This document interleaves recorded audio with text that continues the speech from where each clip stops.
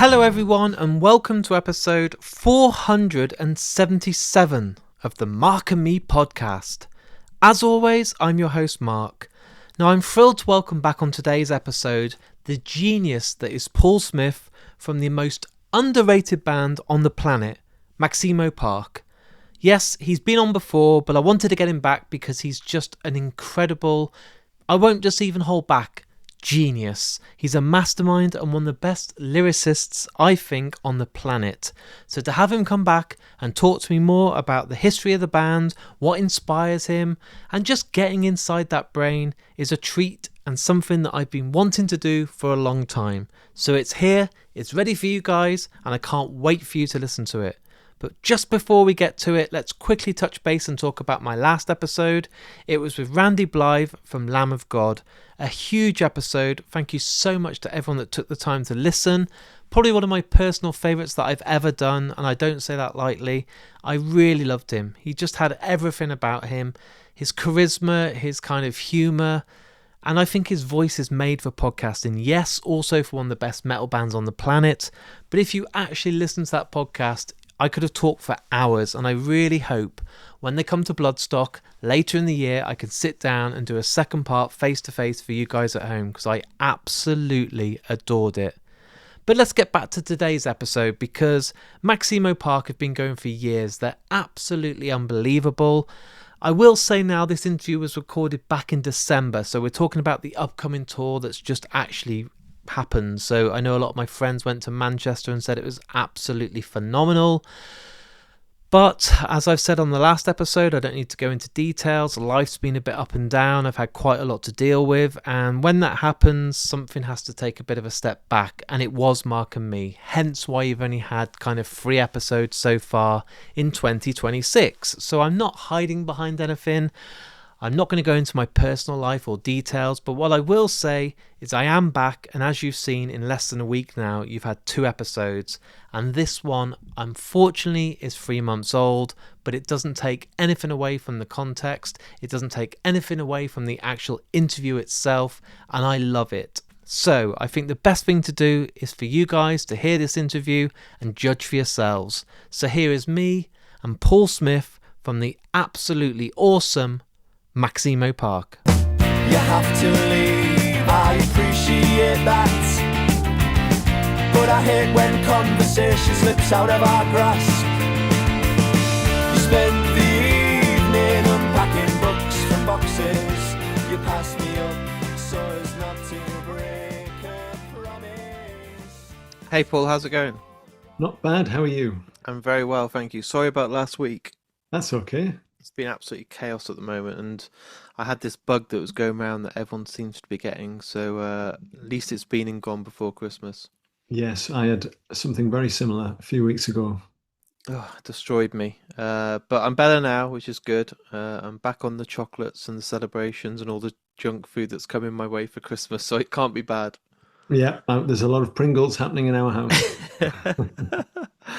What I wanted to do this time, obviously you came on before, I think it was about a year ago now, it seems that kind of long ago, and we talked a lot about influences and growing up. But what I wanted to do this time around, especially with the tour announcement for next year, I wanted to get a bit more of an idea about your experience and history of live music. So those first bands and first gigs you went to that probably you still remember to today.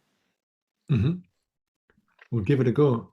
Yeah, so I can't remember about listening back, but what was the first gig? Was it an embarrassing one, or was it a great one that you try and tell people, or was it completely one that you just don't tell anybody? It was one that I was very excited about because it, I hadn't even been out of the house. It felt like, anyway, that was obviously that's not entirely true, but I hadn't seen a band and I was obsessed with music. And I remember my friend Denise in my class at school going to see Suede, and I was extremely jealous because I'd just got Animal Nitrate. Oh, wow. The CD single from Billingham Woolworths. I think my friend Neil bought me it. Look, my friends are getting lots of shout outs. $1.99 on CD single. Yeah. People are like, "What's that?" That's right. I've still got a few singles as well, the old cassette singles. but yeah, animal nitrate, and I was just thinking, oh, you know, my mum probably wouldn't let me go to that, and you know, obviously you do have to be 18 legally to be in these places, but I think eventually I'd got so sick of waiting, and I think I was 17, around 17, and I went to Middlesbrough Arena, which was the sort of the main indie nightclub, I guess. They did a drum and bass night and a mod night, I think I remember. Um, but yeah, they did this sort of indie disco night where a band would play and then, it would be indie disco afterwards, and you'd just pay for the whole thing in one ticket. And I think it was Shed 7 was my first ever gig. Wow. So there you are. And yeah, I'd heard like their first couple of singles, I think it was, and I was like excited because they felt like quite Smithsy. So the Smiths were my favorite band when I was Yeah. growing up. The Smiths and the Beatles. Um, strange combination in some ways, but in other ways not. I liked Neil Young and the Cocteau Twins, but Neil Young and the Cocteau Twins weren't likely to be coming and playing the Middle No. Arena. But yeah, it felt like okay, there's a kind of jingly jangly melodic thing going on here, and so I went along and I had a good time, and that's about all I remember being in the like I think it was my dad that was driving me and some of my mates, and we were wearing shirts that were far too big for us, which was the both the fashion of the time and also to do with the fact that we couldn't afford to buy shirts that weren't in the sale. If you wanted a fancy designer shirt, we would go to these two places called Triads and Psych in Middlesbrough and just wait until things were 75% off. So I quite possibly had a Paul Smith shirt on that still cost Nice. far too much money, but I've still got it to this day, and it's like a giant sack. It's like a kind of yellowy color, pinstriped, very odd, and maybe didn't suit me. I'm not sure, but it was what we were doing at that time. And there was a few other bands around that time, like Cooler Shaker, and trying to think who else, Space and Catatonia. And some nights you would turn up and there was too many people queuing around the block to go and see these bands because it was one, as I say, it was the whole Yeah. package, and so you didn't get in and you had to go downstairs, and you wouldn't be able to see the band if it was so popular, and so you had to get there fairly early and join this queue in the icy cold in Middlesbrough, which was not much fun at all. But I remember the first time that I saw Kaniki, and I was God, you're like, taking me back now. This is awesome. it's showing how old I am. And yeah, I remember seeing Kaniki and being excited about that because I'd heard their single Punker, and really liked that. And so yeah, it was whatever band was in town, to be perfectly honest. And the bands that were maybe at the Middlesbrough Town Hall, I think eventually I started going out. I remember it must have been my 18th birthday. I went to see Super Furry Animals, Oh supported man. by Silver Sun at Middlesbrough Town Hall. And that was, again, it was exciting because it was in a big proper venue, and Middlesbrough Arena was a club, um, sort of very low ceiling. And when we went to see bands there, it was obviously it was still a great gig, and it was a proper gig. But just being in Middlesbrough Town Hall, which is this ancient civic building, it's really beautiful inside. I'm glad to say I've played it with Maximo Park and played it with a string quartet solo as well for one of its anniversaries. And it's again, like bands like the Smiths or the Sex Pistols had played there, or I think like Ella Fitzgerald, they used to have a Wow. jazz, like a jazz festival in Middlesbrough. And it also has a kind of classical heritage. I think Yehudi Menuhin had played there, and anyway, it's yeah, going there was a different kettle of fish. And I remember there's a balcony, and watching the support band from the balcony and then going down to watch Super Furry Animals. And yeah, it was I'll be honest, it was stuff was few and far between of any quality in Middlesbrough. And so anything that was that used to get played on the evening session with Steve Lamacq and Joe Wiley, that was, it was like, right, let's go and see this. Let's see what it's like. And just, it was whatever the band was like, it was still exciting just to be out of the house with the live music in front of you. And yeah, it was only when maybe when I got to Newcastle, I started seeing more gigs that I like was desperate to see with bands where I had the album and Yeah. were, really excited. But there was a great place in Middlesbrough when I ended up at Hartlepool Art College, a sort of maybe a year after these initial forays into the live music arena. And the place that I loved the most was probably a place called the Corner House in Middlesbrough, which doesn't exist anymore. It's the building is still there because it was underneath the railway Yeah. station. And it was indeed the corner of this again really nice old building because it's a part of the station. And there are a lot of kind of nice buildings around there that are, can be quite rough pubs or whatever on a Saturday and Friday night. But the Corner House was a great place to go. And I remember seeing, and it was one of those moments where you're like transformed a little bit. I went to see Mogwai with Ariel M, and I went to see Mogwai and Arab Strap Oh there. wow, Arab Strap. And so those two gigs, I would say, myself and my two friends, Rachel and Laura, went, and we ended up in a band. I think we'd started our little instrumental band, which ended up being called Me and the Twins because they are identical twins. And we put that on a tape for Tom, who is in Maximo Park, because he used to DJ on student radio at Newcastle University, and he liked our band. And one day I gave him a tape that said, and he was like, "What's the name?" And I was like, "I have no idea. Just say Me and the Twins because that's what it says on the tape." Anyway, we had formed just previous to going to university at Hartlepool Art College, and we were just so excited to be in the presence of not just Mogwai, who we really loved, but this guy called Dave Parho. And we'd read up on him, and we'd never seen anything like it. But it turns out he was in Slint, a big influence on Mogwai and so many other bands over the years.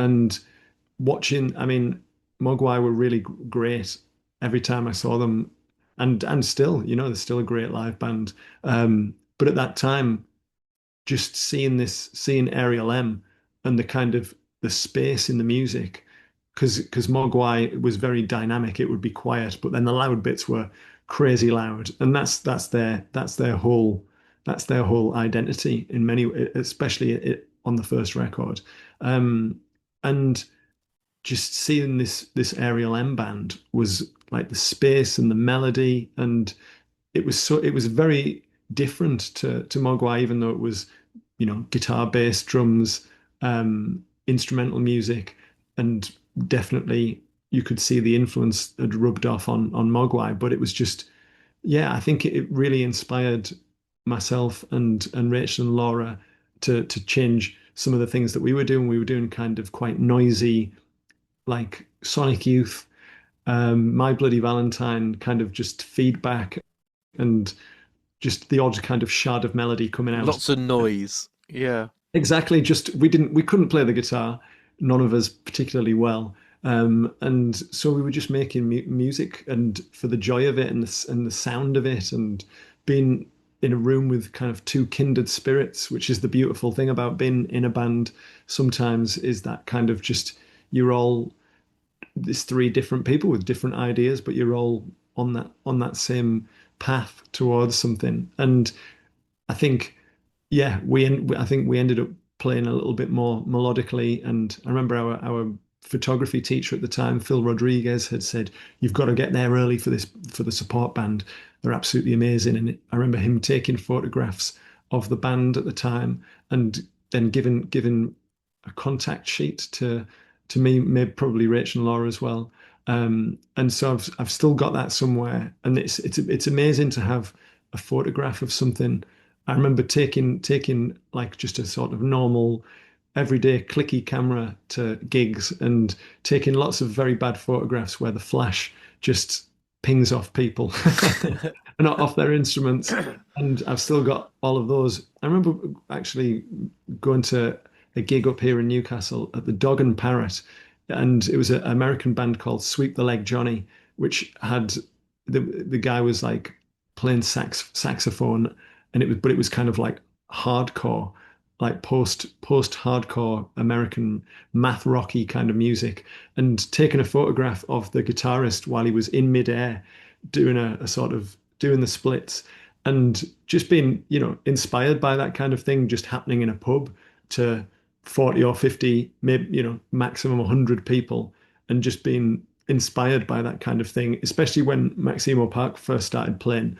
I was like, I'm going to jump up and down as well. I'm going to, same with, I mean, one of the reasons why I jump up and down on stage is because of those early gigs that Yeah. Rachel, and Laura did, which I've probably mentioned in the past, where our music being instrumental, I would do a kind of kick, and we would my movements were kind of more exaggerated because we were all sort of looking down at our instruments and didn't know when the next section of these instrumental songs would occur. So that ended up being part of the deal. And yeah, the Middlesbrough Corner House, I remember seeing Frank Black there, which, before the Pixies had reunited, and he was playing stuff off Teenager of the Year. Bloody And hell. it was, I mean, I look back and there was so many gigs that I didn't go to because I was too young and felt scared. I remember Tricky playing, and I was such a massive fan of Maxine, and it was like, right,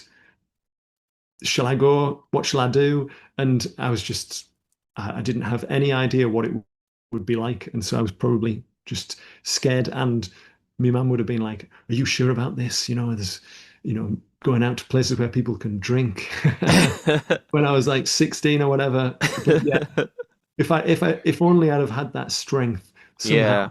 Like the year before I actually started going out, I would have seen some amazing bands coming through Middlesbrough. But as I say, I ended up going off to Newcastle, and that was when things, as in terms of live gigs, really kicked off for me.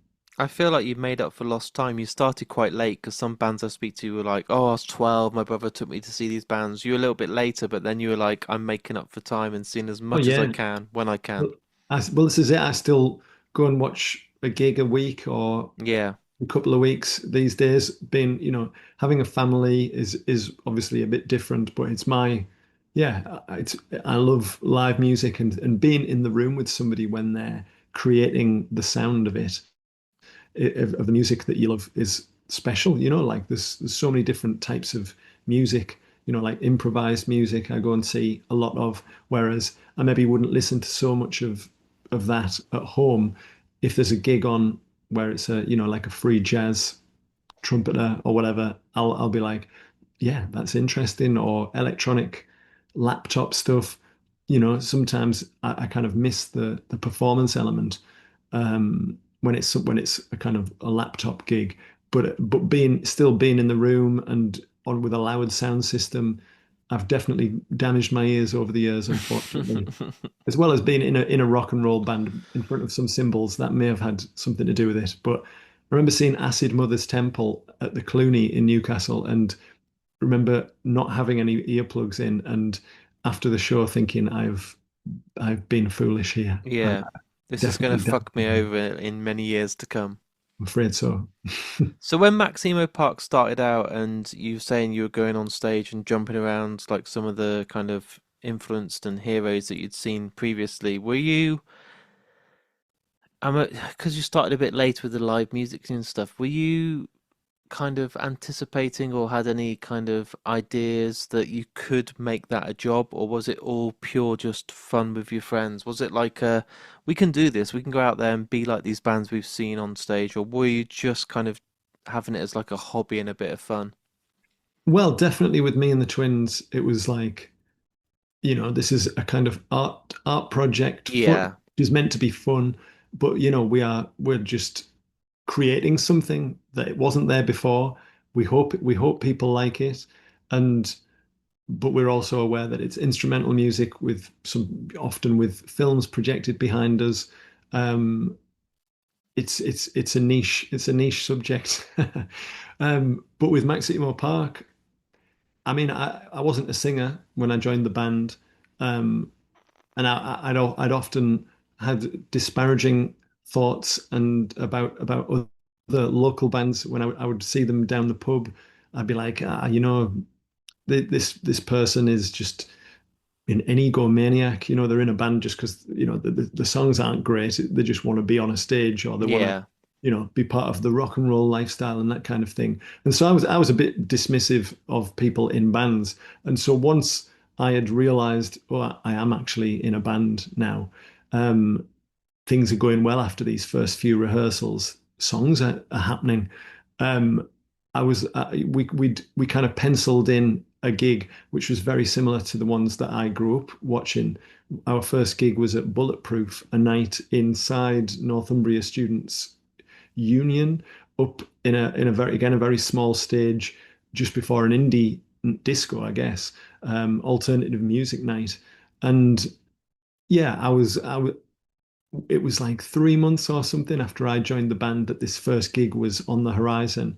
And because Maximo Park had already songs and were a really good kind of tight band, I realized that after those first few rehearsals where the songs that I had started singing on were working, where I'd put different lyrics in, different melodies, whatever, but the band obviously knew how to play the music.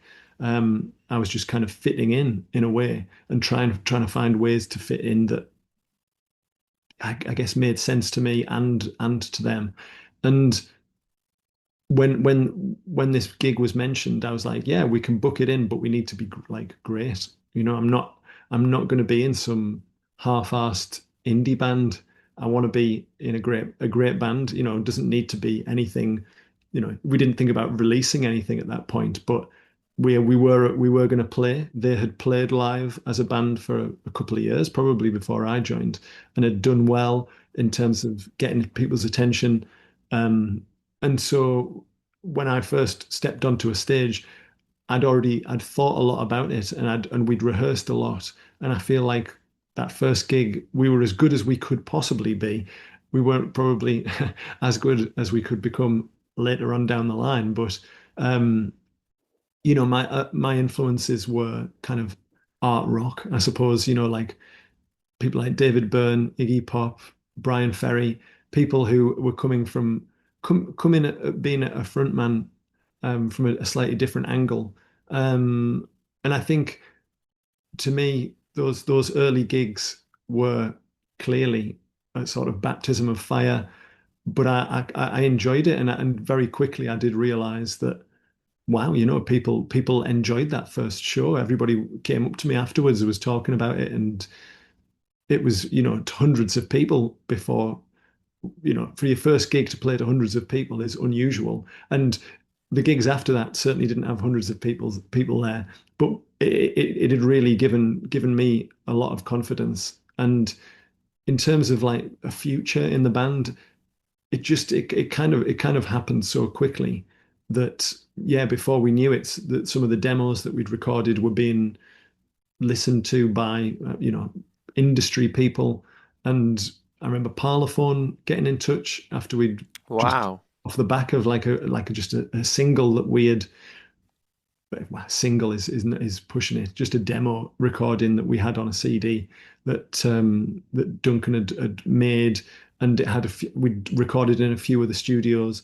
And it's weird because very recently, because we reissued a certain trigger with some of these early demos on that nobody has ever heard since then. Some of those recordings are now on the double disc or the triple LP, whatever you get of a certain trigger that's been reissued. And just listening back to them, it's odd, we're semi-formed in terms of like the live recordings. Um, they were in a studio and we'd kind of layered them up, but we wanted to keep that sort of energy that we had. And but yes, as soon as Parlophone sort of said, "Oh, we're interested. Have you got any more stuff?" I mean, it didn't kind of lead anywhere in the end, I don't think. Um, but you're like, hang on a minute, somebody is interested. And also at the same time, in kind of 2004, there were lots of bands starting to get played on the radio. and kind of mainstream radio, things were changing a little bit, and you start to think, hang on a minute, yeah, this we could actually get a record deal. What would that be like? That'd be crazy. Um, but yeah, you start at the back of your mind, it starts to come into play. And it's interesting because I never had those dreams before I started playing in the band. I was already in the band trying to do something good. And that's the only criteria I had. It needs to be really good. I want us to be the best band in Newcastle or whatever, something ridiculous off the top of your head where you just say, yeah, we need to be the best band you've ever seen in the Head of Steam pub in Newcastle. And that was the sort of mentality that we took to every tour that we did in the end. And the same with recording the first record. It was like this, I want to make a timeless record. I want to make a classic album. Why wouldn't you?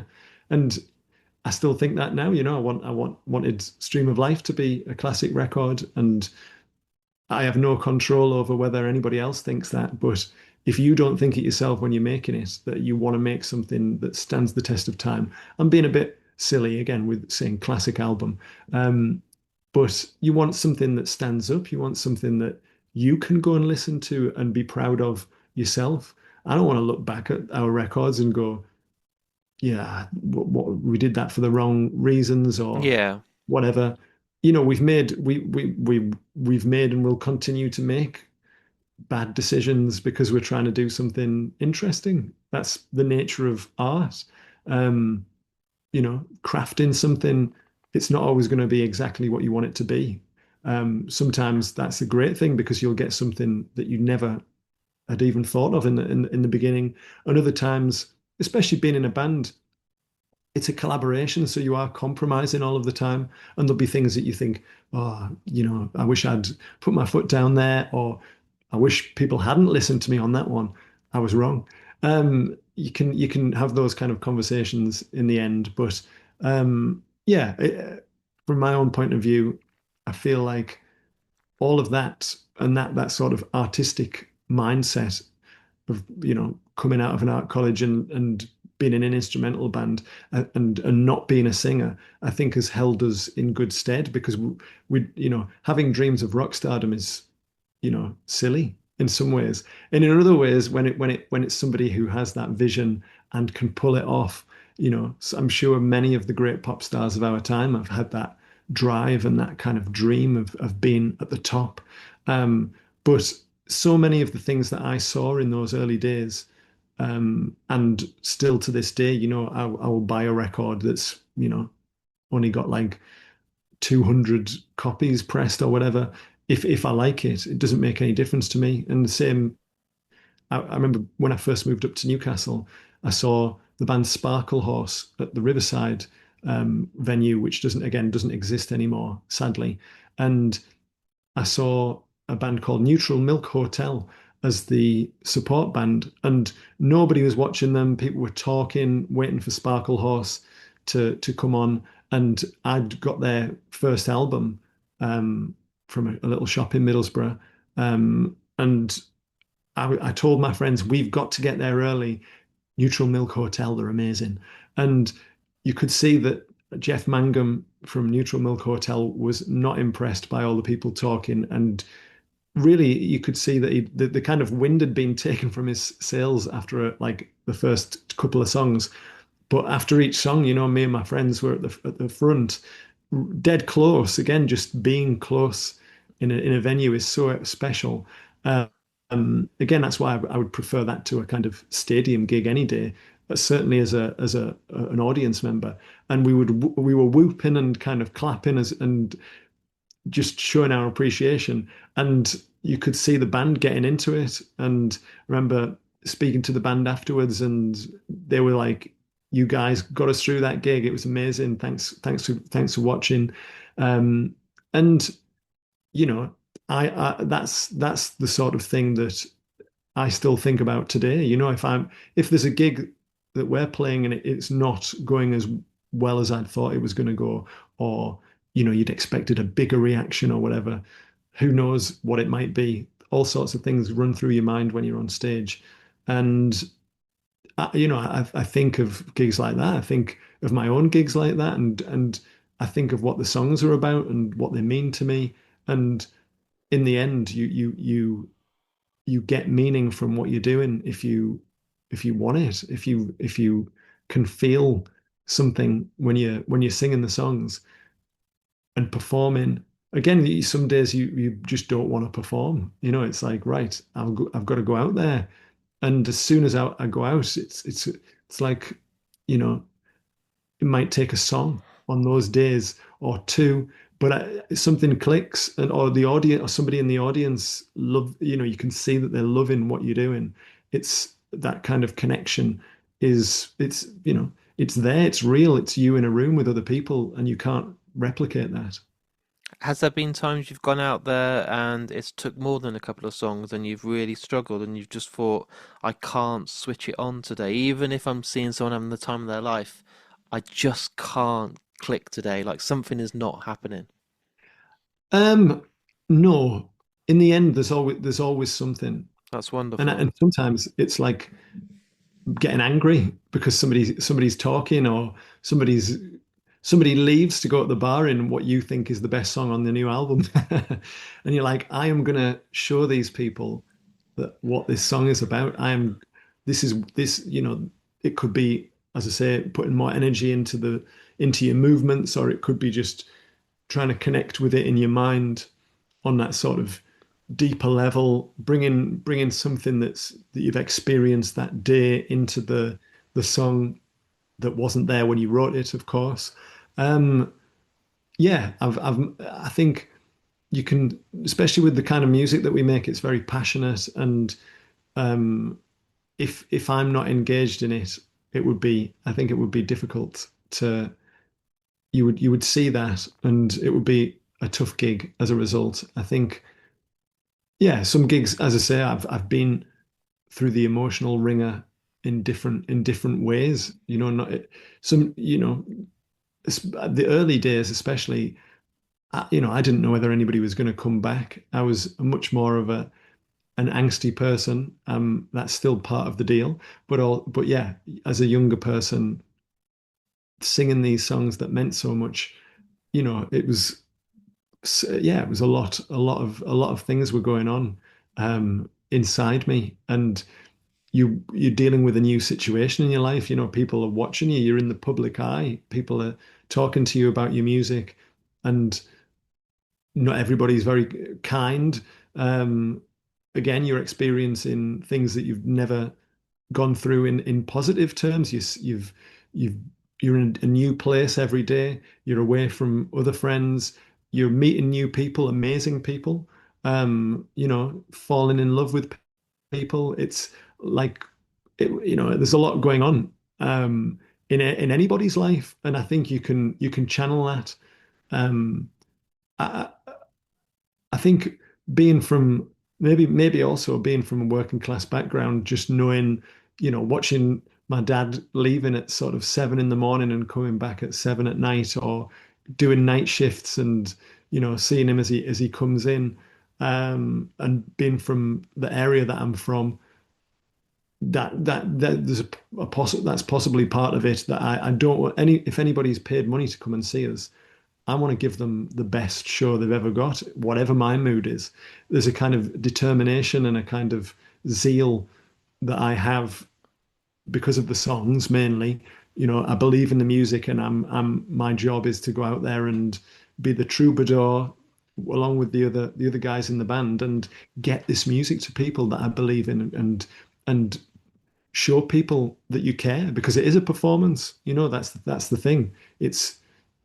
It's my job to perform, but I want to be exhausted at the end of it.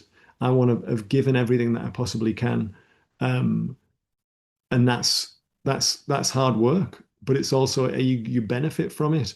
I go to sleep knowing that even though I'm knackered, and I've mentally, emotionally, physically, because of the way that I like to perform, it's how I prefer to perform.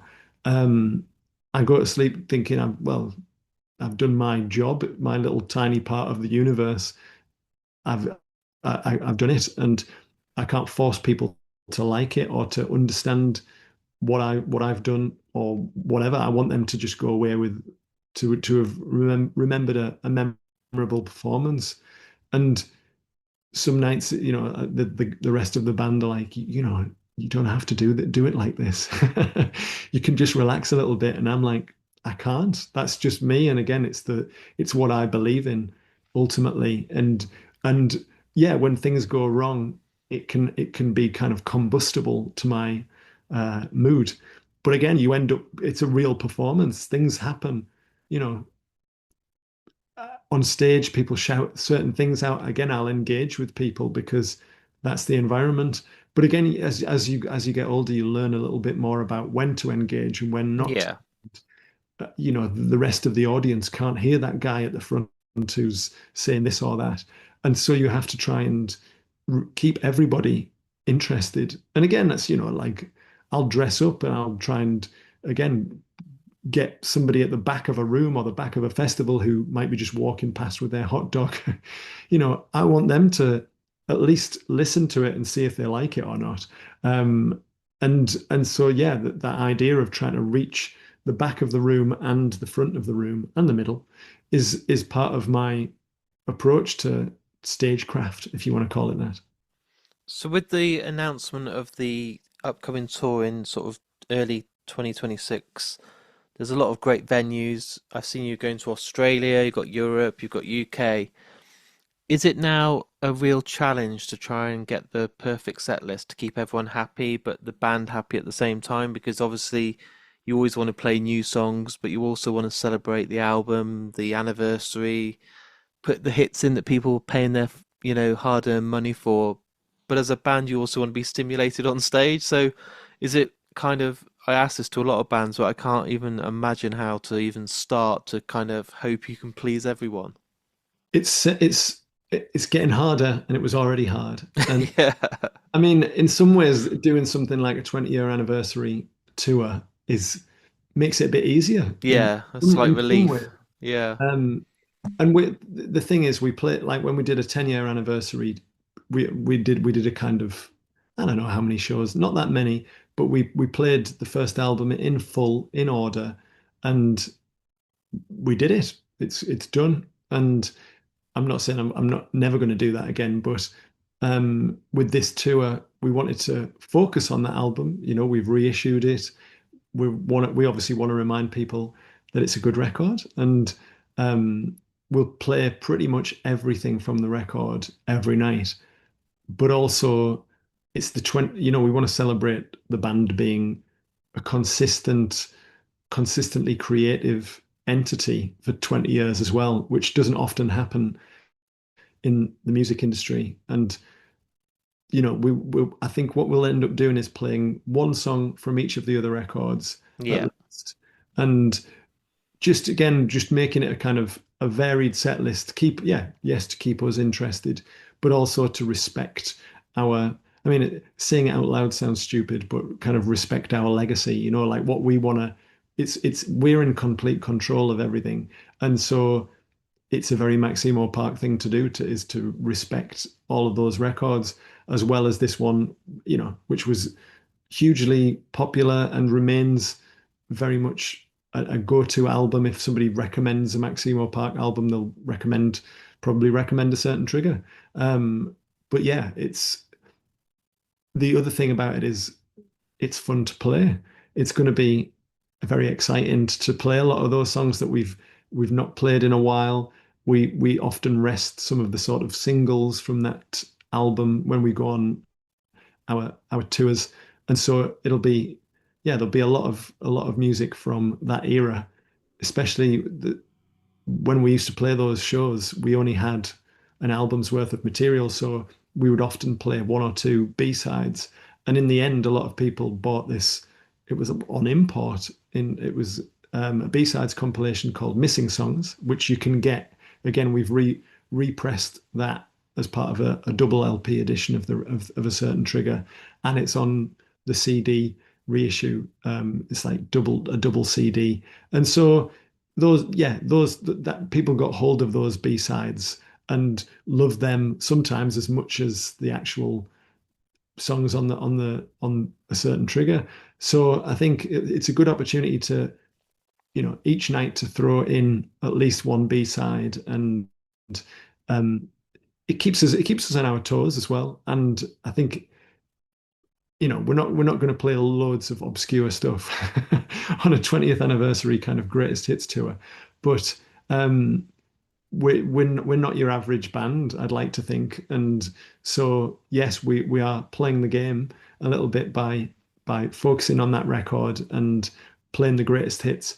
But we'll do some things that are um, interesting to the hardcore fans and to us, and we believe to anybody, because they're good songs. Some of the B-sides will not be getting an airing after listening back to them 20 years. Um, they may not have been the finest moments, but they're all fun in their own way. They all had their own their own particular distinctive qualities. Um, but yeah, people can kind of expect the big stuff, focus on that record. But yeah, you never know what you're going to get, because we're on tour for pretty much 2 months solid in terms of our lives away from home, and changing things up each night is part of our our raison d'etre as a band. We do that anyway, so people can expect a bit of that as well. Does it get harder as well with the family being away for so long? And, as much as it's great celebrating music, and I can see and, I know you, how much music means to you, getting that balance of still being able to see the family, not miss certain things, trying to spin many plates at once when you go away for a couple of months and you're even on the other side of the world this time, does it get harder? Yeah, I think so. I think especially um, when my daughter was really young, she didn't know I was gone necessarily. My wife did. Yeah. So I felt sorry for her at that point. Now I feel sorry for both of them. But yeah, as with anything, you look at the pros and cons, and try and look on the bright side. And I often say to my daughter, I might be away for a couple of weeks, but I get to spend so much more time with you than maybe other dads do who have different kinds of jobs. And so, it all balances out, in my opinion. And you just try and convince your family that it's the same sort of thing. But um, yeah, it's hard. Everybody's got their own personalities in the band, and they've got their own families, and you end up dealing with all of these different things and other people in the band. We talk obviously about our families and what we're all going through, and I think again, it's kind of supportive. Really, it's a supportive environment on tour, and that's after 20 years, you'd like to think that that would be the case. That would be one of the reasons why we are still together and making music, and being friends and having the same experiences and the kind of bonds that we've had. That kind of makes it a little bit easier to be away from home. But I remember, yeah, the first sort of proper tour after we made the Risk to Exist album was the first time that I'd been away from my family, when things were a bit more, you know, I needed to be more involved, and just, Yeah. yeah, yeah, yes, obviously I'm going out and I'm singing for my supper. I'm earning some money when you're out of the house, and when you're at home, you feel like you're not earning much money sometimes, and you need to be out. And it's yeah, there's kind of ups and downs associated with families and touring, but I think, yeah, the ultimate thing is we're so lucky to be still doing it. That's I mean, who knows how long that'll last as well. You never know when people might not buy our next record. Less people will hear about us, and before you know it, it's you're not going on big extensive tours. You're on smaller tours, and I think that's okay as well. Like the music industry often is this sort of this graph of a rise of it's like you rise up and then you're at the top, and if anything goes wrong when you're at the top, that's it. You've you've lost it. We're lucky to not be in that position where we're somewhere in the middle where, we earn a living out of making music, but you know, well, I suppose in Newcastle, a lot of people do recognize me, but I'm not, I'm a famous sort of celebrity person. I think it's a nice kind of balance that we've got. And many of the, as I've already said to you, many of the bands that I love, it might not be their main job. They do it for the love of it, and they go out in holidays or take time off work, um, or they work a couple of different musical jobs, whatever it might be.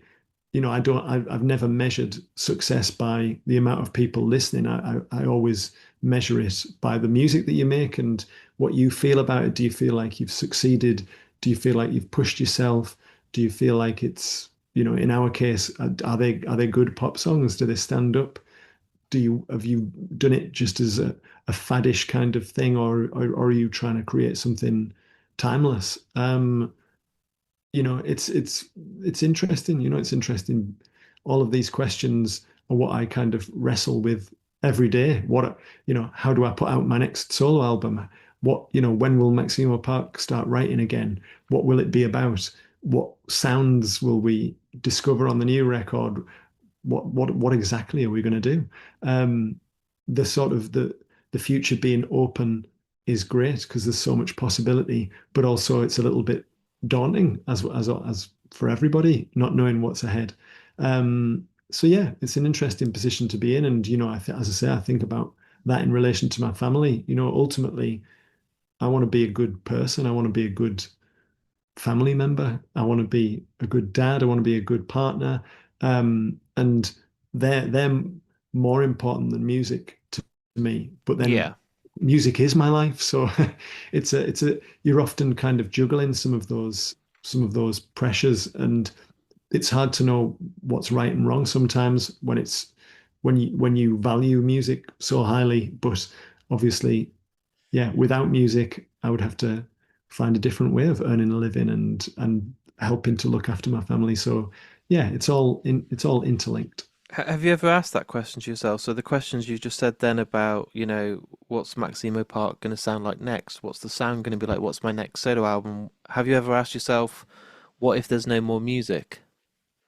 Sometimes, yeah. I mean, I listen back. I mean, especially listening back to this record, to a certain trigger when we've been reissuing it. It brings you back to why you started to make music together. Do you still feel the same way? Do you clearly a different person 20 years later, and you're also the same person. What were you up to? And I think, yeah, I think sometimes I say to myself, you've said all you can say, really. You don't want to start repeating yourself. And then another song will come along and you go, oh, well, I didn't say it quite like that. And I think that's that's the beauty of being creative. Of yeah, sometimes I haven't written anything in my notebook for a while, but I've been reading. I've tried to read a book a week this year and just keep absorbing information that is outside of my own little bubble. And then when I come to write again, hopefully, it'll be richer for that experience. Um, yeah, at the moment I'm kind of recording a solo record, that's just basically me and an acoustic guitar, and then I'm going to add to that and try and make it again sonically more interesting. But those songs, some of them are like 15 years old that just never fitted with anything, but Wow. I can't kind of leave them behind. They've stuck with me, and I sometimes find myself humming them. I'm like, what's that song? Oh, I never released it, or I never finished it. Um, and so these kind of quieter songs that I've built up over the last 15, 20 years, I've decided to you know, get them out there, do something with them, put a lot of effort into making them sound interesting to people. Um, and again, I sort of stockpile things a lot of the time, or even if it's not a full song, it's an idea. So, I've got an idea about maybe making another record with Rachel Unthank, who I made a record with a couple of years ago, and that's kind of based in traditional folk music. But again, mine and Rachel's sort of spin on it, and there's sort of, vague ideas come in and out of your mind, and when it's time for that project to start, then the focus starts, for that particular thing. So I have lots of ideas as well about what Maximo Park might do next. But if it's not good enough is one thing, but if it's repeating what we've done before, we would have to wait until the time comes when we're not doing that. Just keep writing songs, as long as it's enjoyable and the process is hard work. But again, something is coming out of it, or you feel like you'll get to the end of it. Then I'm pretty hopeful. And I suppose I've never had kind of writer's block or whatever you want to call it. Um, there's always been something else around the corner or something else to kind of stimulate me. And, the reason I mentioned the kind of solo stuff is because that's one of the things that keeps Maximo Park going, is because we're all allowed to indulge anything we want, musically within the band. We can go away for 6 months and do whatever, and know that if we come back to Maximo Park, to write songs, we'll have the same sort of enjoyment, and the challenge remains kind of fresh, because you've gotten other things out of your system. You've experienced different things, might be different kind of recording techniques, or again collaborating with different people. There's so much to make. There's so much.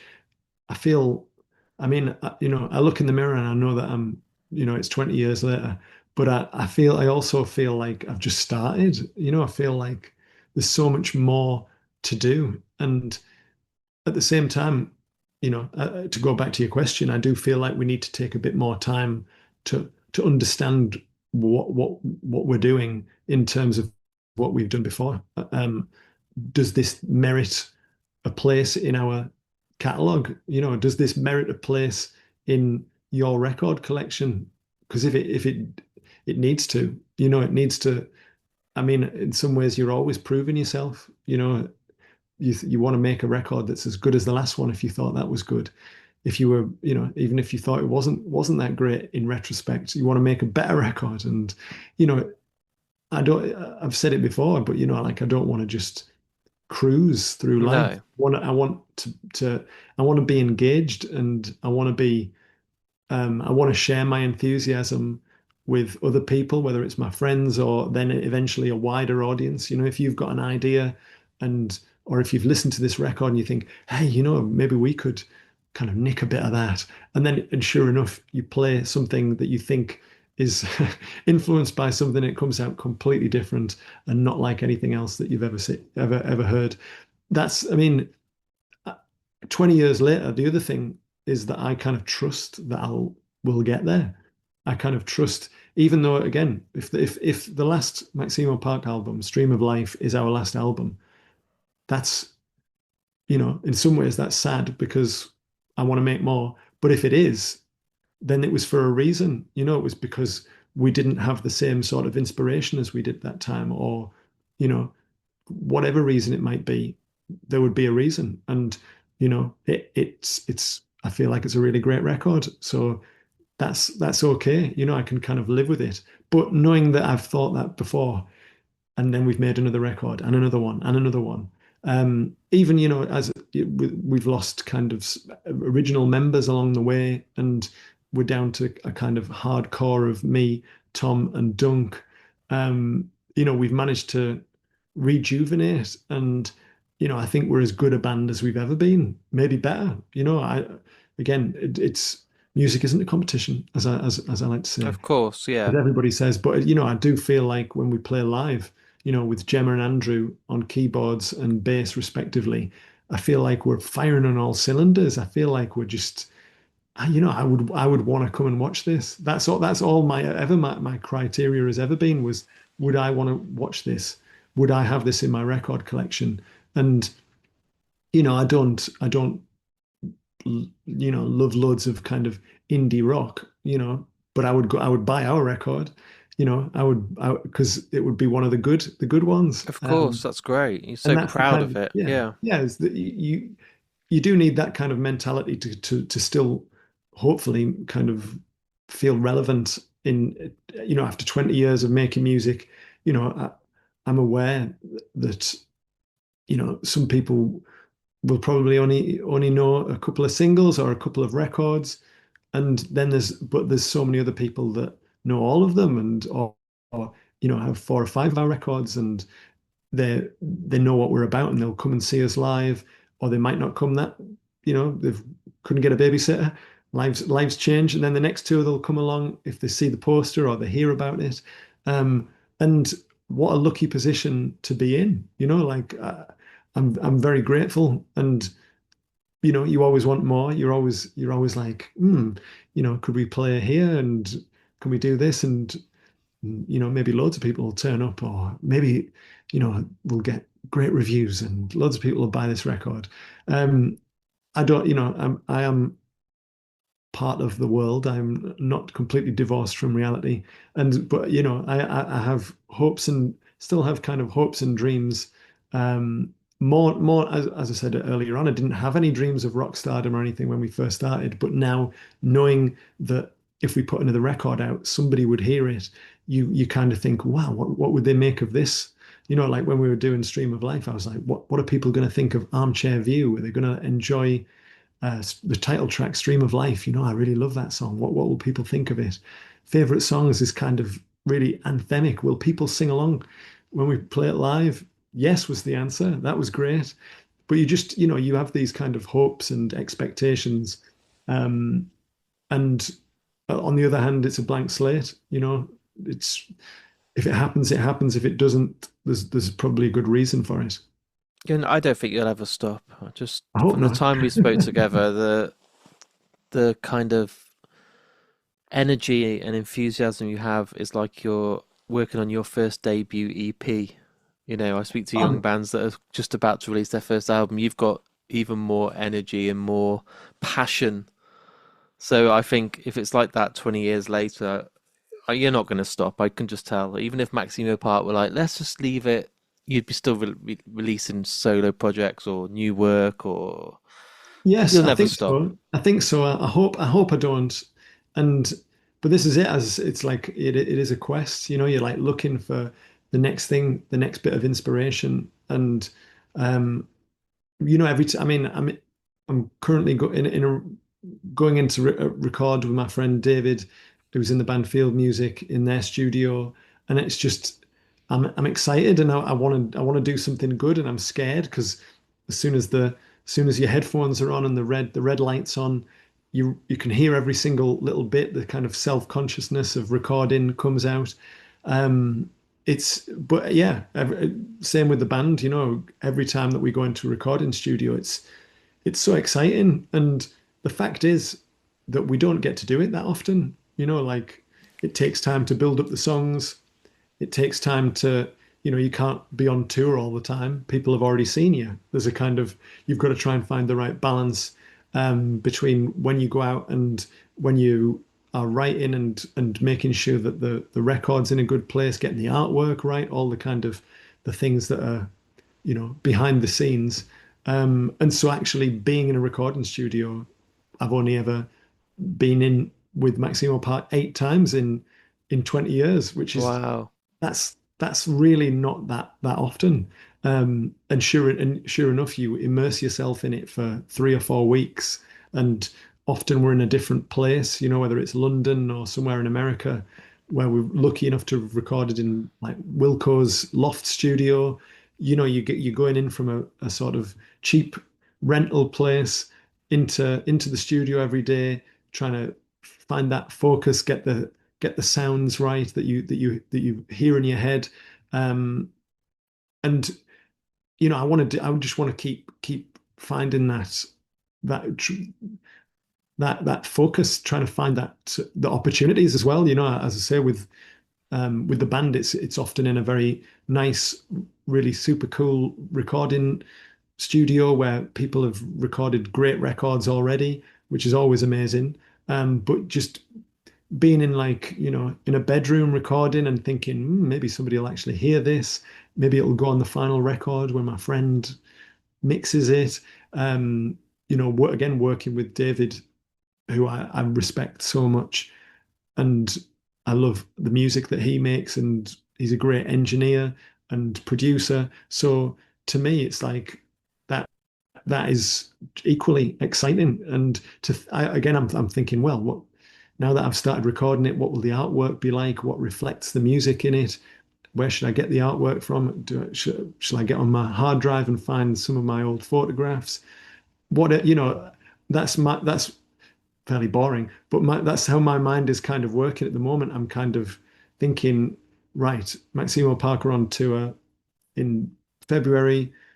We're going to start rehearsing in January, and I've got a family, so all of those kind of moments where you're at work, focusing on music, are so precious, more precious even now than they ever were, because I'm in the middle of my life. Who knows what life has in store? You start thinking about your mortality. Again, I'm not that old, but it's still, you worry about your family and what your future holds.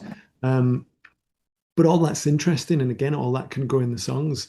The songs are about experience. They're about everyday life and trying to capture moments in songs that are perhaps overlooked, that are quite meaningful, or in retrospect feel quite meaningful. And so all of the different things that are whirring around my head will end up potentially in a song somewhere, attached to a different kind of story. And yeah, I think, um, to me, that all of these, how many times will we ever go on tour again? I don't know. Let's make every single one amazing. Otherwise, you're doing yourself an injustice. And I think, yeah, it's just, that's yeah, you'll have to kill me to stop me making music, I think, at this stage in the game. My final question for you today. I'm feeling really inspired from today, but like last time, I love the guest on the podcast to pick a song that means a lot to them to be played as the outro music. And I wondered what song comes to your heart today when I asked the question. So, as this is all edited and ready for the world to listen to, a song will be played and it'll be one that you personally choose. So, when I asked the question, what's the one that came to your head before any other? As you asked the question, I didn't think about audiences or who would be listening. I just thought of a great song, and it's called "How to Rent a Room" by the Silver Jews. The Silver Jews were the kind of project or brainchild of David Berman, who was also a poet. And the band started out with him and Stephen Malkmus from Pavement in it. Wow. And um, I got into them on their, I think it's the second record, and that's it. How to Rent a Room is the opening song, and the opening line is, "No, I don't really want to die. I only want to die in your eyes." And Oh, wow. that is one of the greatest opening lines ever. And I don't know. Again, you can look on the internet now and find out what the song might be about. Um, but it's such a mystery. There's again, elsewhere in the song, there's this line, "Chalk lines around my body like the chalk lines around a lake," or something like that. There's loads of, um, it's probably not, it probably doesn't repeat chalk lines twice, silly me. But um, I'm trying to remember bits of this song, but basically the lyrics are so good. It's a touchstone, and the Silver Jews lyrics are some of the greatest lyrics you'll ever read in, or hear in, sort of alternative rock history.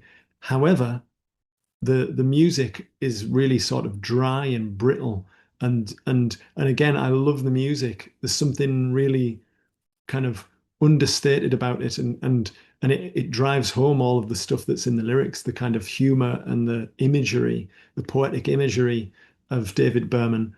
Um, and then the last line of this song says, "Grant me one last wish.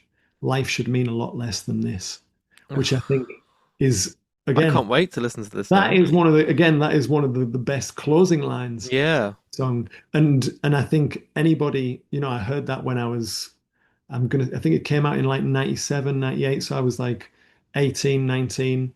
And, you know, even as a sort of 19-year-old, 18, 19-year-old, that line hit me hard, like on with your dying breath, you will wish that life meant less because you're about to lose your life. And just to have that kind of, I mean, the song is sort of told from the perspective of this body, with the chalk lines that are still left of this body. It feels like a kind of posthumous song. Um, and very sadly, David Berman died a few years ago, which adds some poignancy to this already poignant song. But you can definitely interpret the song as a very sort of angry song, towards somebody, and I would let the listener decide whatever they want. It's a really intriguing song, um, but yes, there's David Berman has a. It's like Leonard Cohen for the sort of, I don't know, Generation X. I don't know what. I don't know my alphabetical generations anymore. But the kind of slacker rock of the sort of 90s. David Berman, I guess, was the kind of more humorous, even though I think Leonard Cohen is humorous, but the more humorous kind of alt rock Leonard Cohen. And I remember seeing the Silver Jews live at All Tomorrow's Parties Festival, and I never thought I'd get to see them live. But yeah, they were one of my favorite bands, still are, and yeah, it's a real acquired taste. But once you've acquired it, it's hard not to go through their entire catalog and see what's going on.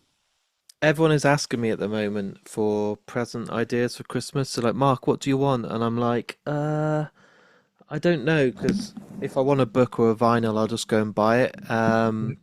But what I'm gonna do is I'm going to trust in you that much that I'm going to ask for the natural bridge on vinyl. Oh yes, And I've got it on CD and vinyl. That's how much I like it. yeah, and I'm not even going to listen to it on Spotify. I'll obviously add the track into this episode. But as we're so close to Christmas and people keep saying to me, just give me a list of stuff you want, and I'm just end up just writing random stuff down just because I can give them something. I'm going to take a risk because it sounds phenomenal.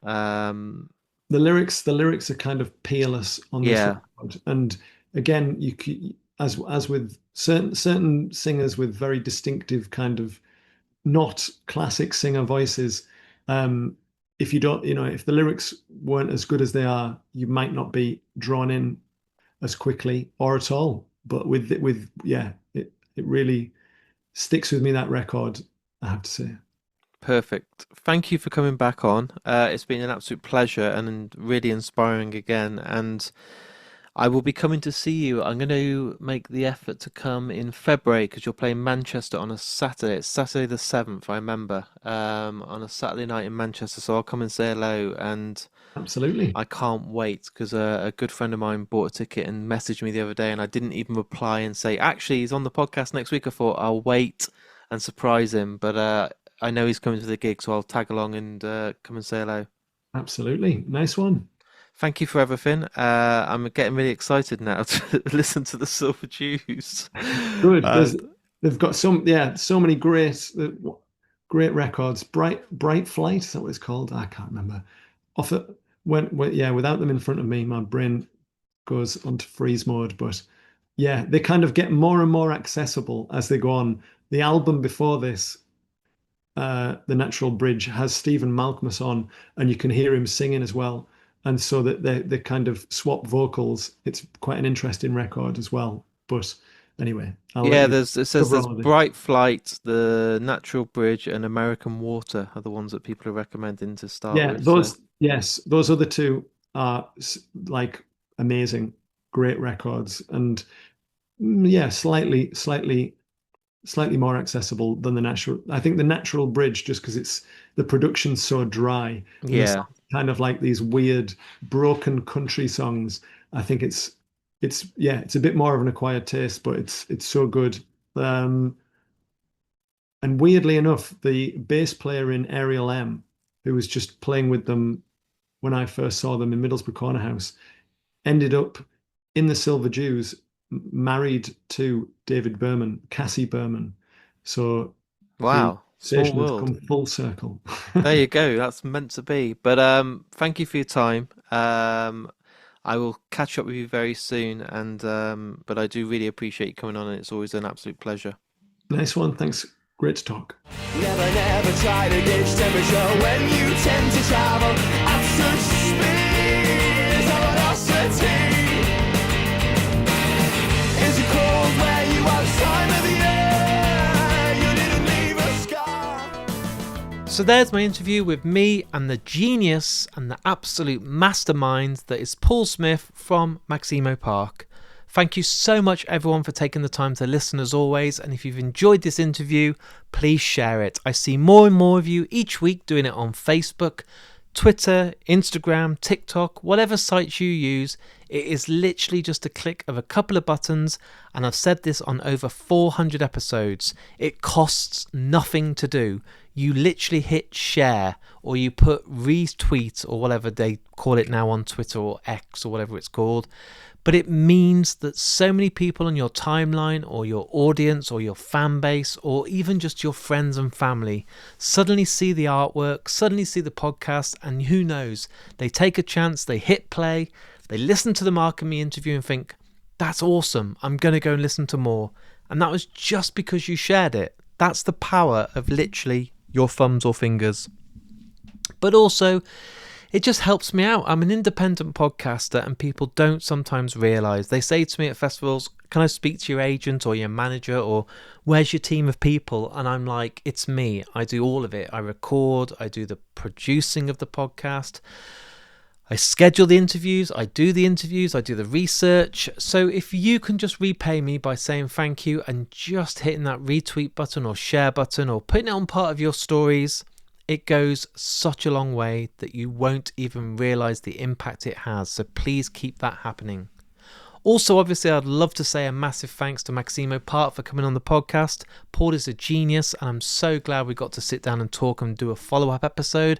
And I still think there's more in the future. Maybe like just a movies episode or a books episode, because the guy can talk. I think I asked 4 questions on today's interview and it's nearly an hour long. So I absolutely love it when I get interviews like that. It's not easy work because you kind of have to be listening and engaging and making sure that you're kind of still in control and making sure where the conversation goes a certain way.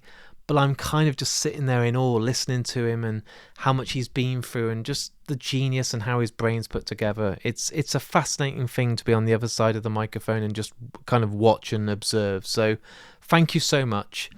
Before I go, I do have a couple of sponsors of Mark and Me, which I always have to give a shout out to, and it's with absolute pleasure. So first, Vice Press. Nothing to do with music, but if you love absolutely incredible licensed film posters for stuff like Jaws, or any horror films, or just any great genre of movies, Turtles, or whatever you like, go on vicepress.com, add anything to the basket, hit the discount code MarkandMe10 when you go to the checkout, and you'll save yourself 10% off that purchase. They've got loads of great stuff by all the best artists, and as I said, it's all official, 100% licensed, and the best stuff out there. And finally, Richer Sounds.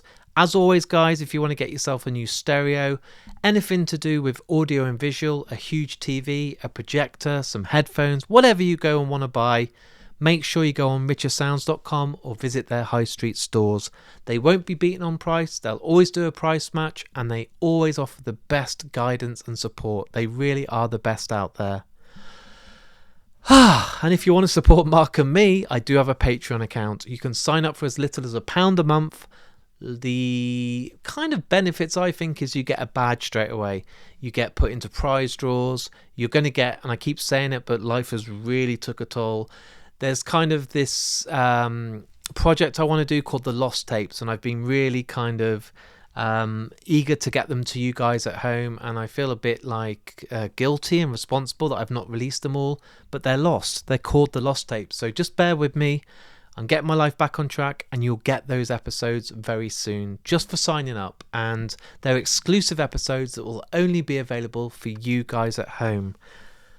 I think that's everything for this episode. If I've missed anything, I'll try and catch up on the next episode, but I just want to say before you hit that stop button, also if you want to rate the podcast as a 5-star, that goes a long way. If you want to kind of put it on Apple Podcasts and rate it and review it, that helps.